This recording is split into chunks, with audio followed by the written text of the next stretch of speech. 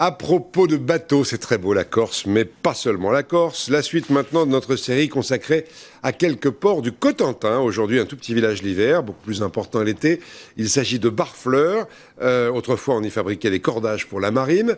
On adore aller là-bas pour les moules de Barfleur. Les peintres adorent l'endroit également. Reportage d'Axel Cariou et Charline Collet.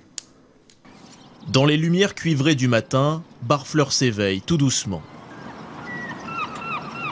Les quais semblent déserts, mais en y regardant de plus près, des silhouettes de pêcheurs préparant leur matériel se détachent. Il est 7 heures, la marée permet au bateau de prendre le large.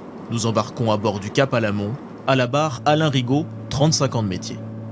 Là, on s'en va à 8 km de Barfleur pour pêcher les moules. Car ici, la mer renferme un trésor. Le plus vaste gisement de moules sauvages de France. Pêchées à 15 mètres de profondeur, elles sont d'une qualité exceptionnelle. La moule, elle se dépose à l'endroit qu'elle aime. Donc c'est pas nous qui lui disons de se déposer là. Par rapport à une moule de Bouchot, elle est beaucoup plus iodée.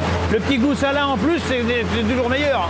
Retour au port, tandis que l'épouse d'Alain vend son or noir directement sur le quai. 1 kilo de moules. Nous nous attardons dans les ruelles alentours.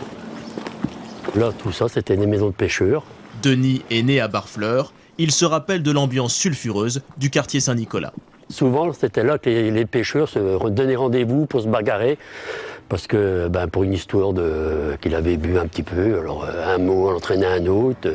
Mais les temps ont changé. Il y a 40 ans, Barfleur était spécialisé dans la fabrication de cordes pour les navires. Le tourisme l'a transformé. Les maisons, au fur et à mesure qu'ils se vendent, c'est les estivants qui les achètent. L'hiver, l'année dernière, on était 2 couples. Voilà. Dans la rue. Ces évolutions, Odile est aux premières loges pour les observer. Je suis née à l'étage, dans la chambre où je couche aujourd'hui. Juste au-dessus du café. Juste au-dessus du Café de France. Une institution locale. Odile l'a tenue pendant 64 ans. Elle est connue comme le loup blanc. Comment va votre fille? Et même si l'ambiance de sa jeunesse, où les marins buvaient du cidre et parlaient patois, a disparu, elle ne se verrait pas vivre ailleurs.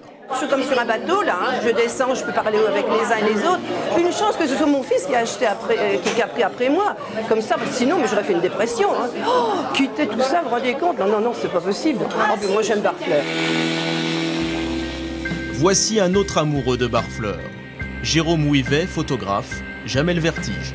En prenant de la hauteur, il rend hommage au village de son enfance. C'est vraiment incroyable. Là, je redécouvre mon petit coin de paradis. Ça faisait longtemps que j'avais pas survolé. Ces photos, magnifiques, figurent dans de multiples guides touristiques. Lui qui a parcouru la planète n'a jamais trouvé ailleurs une si belle lumière. Je crois que c'est cette position géographique en fait de Barfleur, cette espèce de pointe au bout du monde. On est entouré par les eaux, ça doit donner une certaine luminosité, une certaine réflexion grâce à la mer.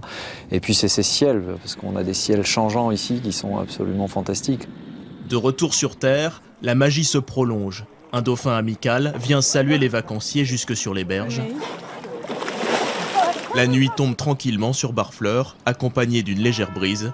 Instant merveilleux, bonheur simple, au bout du monde. Superbe endroit, ces ports du Cotentin où on retournera demain.